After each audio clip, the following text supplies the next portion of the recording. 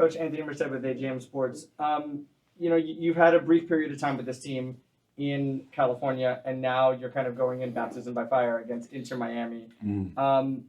Speak a little bit about how this team has progressed to your style of football in California and what you're looking for to see in the game against Miami. Well, progress is made, obviously. We were close together working about 4 weeks, 6 games. The things that we want to get across and the new ideas that we have, you could have seen them already for a little bit during the games that we've played so far. I think the intensity has gone up. There's slightly more diversity in the attacking play, and we're trying to get more established in out of possession, because consistency is needed within this squad is something that we're aiming for. But you also see there's quite a few changes within the squad. Some players are not available during preseason, so we had to get everybody up to speed, and I think we're there and ready to play the league now. Roberto? Pascal, Roberto Bromwich, Spanish Radio, New York City. Last night, Inter Miami played in minus 15 degrees centigrade against Sporting Kansas City. Was there anything that you could garner out of that game that's helpful for you in preparation for the game on Saturday?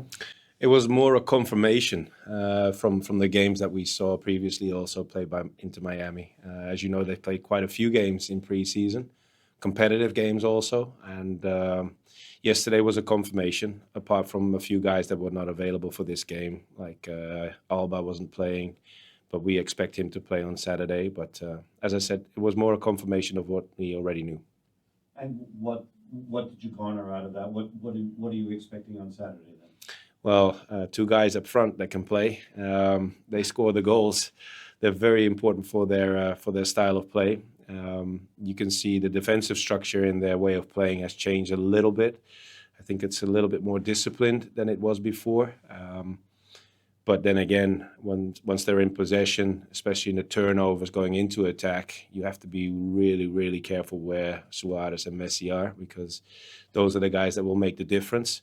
But in the setup, as expected, Busquets is also very important in that play. If Jordi Alba plays, he's a very dominant figure on the left side. And it will be a small question mark who will play as a left winger in their system, because they have the possibility between 2 great players, but they play a little different compared to each other.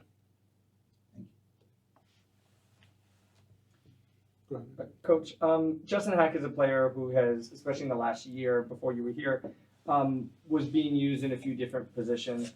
He really feels like he's going to be an important part of your team this year, especially in that central defensive midfield role. What did you see from him in preseason, and what do you expect from him going forward? All the things that you just mentioned, I was told about, so I had to get to know Justin myself. And like all the others, he was very engaged with the new ideas that I have and I brought with me. He's played as a central midfield player and as a centre-back in preseason. Both roles he did quite well.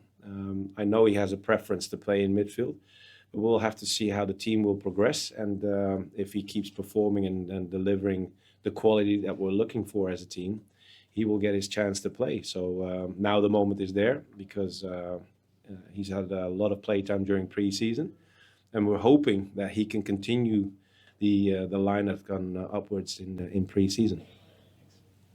Going on to the Zoom, we'll start with Alex, followed by George. Morning, Pascal. It's Alex only from AM New York. Morning. You touched on Inter Miami earlier. Do you see this as an opportunity to take advantage of their potential fatigue while maintaining your own squad's intensity for the full 90 minutes this Saturday? Thanks. Well, that's an interesting question. Like the question before, they played midweek, and that's the difference with our schedule. We finished preseason during the weekend, so we had a whole week to prepare ourselves for this game.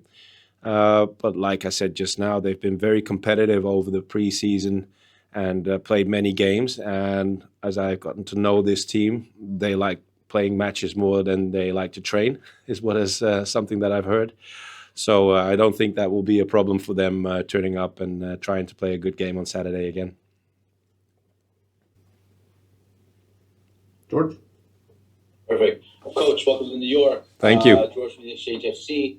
Quick question. First, you guys have sorted out, I mean, over the past few years, you guys have been really good against Miami.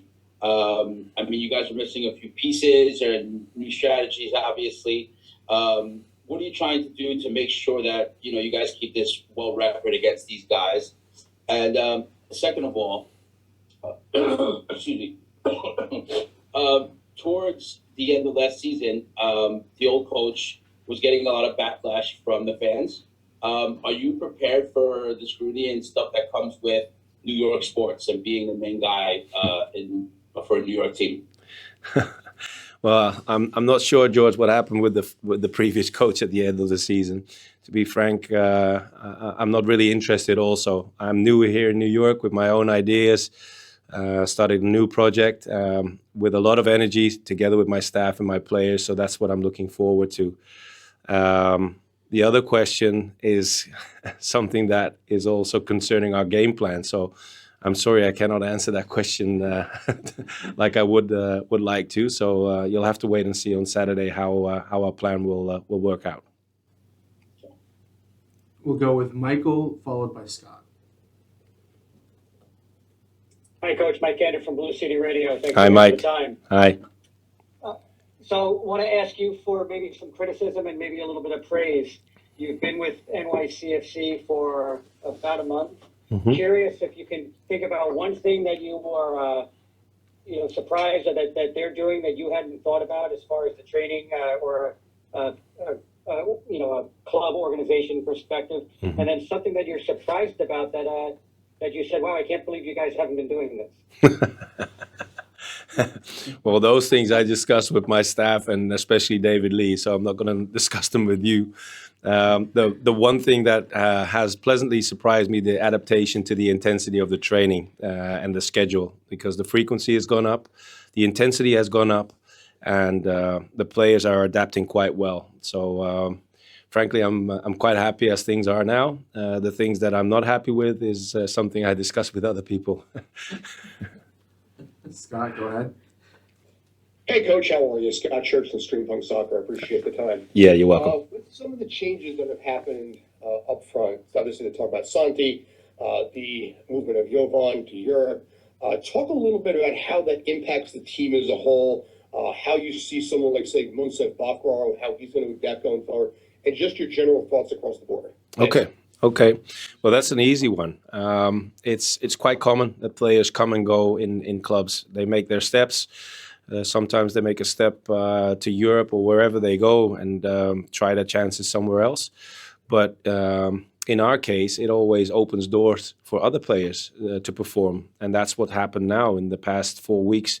Other players have presented themselves in order to fill up the gaps that came into the team. So as I said to your colleague with the previous question, I'm very happy how the team is progressing right now.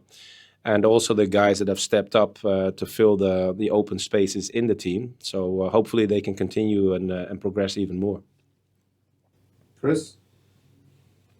Hey, Coach. Chris Campbell from the outfield. Just wondering if you can give us an update regarding injury status and availability for Saturday.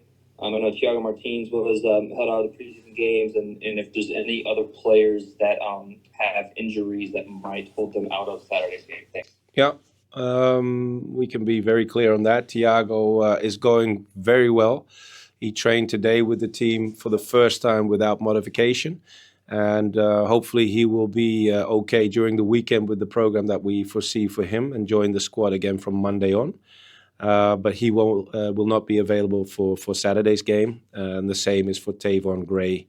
Unfortunately, he will not be available for Saturday, but hopefully he will join us again after the weekend. Michael Allen. Coach, Michael Allen with Post Soccer. Just wondering, last year and the year before, the teams had a really rough record on the road going into games like against Miami. How do you see your approach to a road game as opposed to a traditional home match, especially going against a team like Miami with so many big players and stars? Mm-hmm.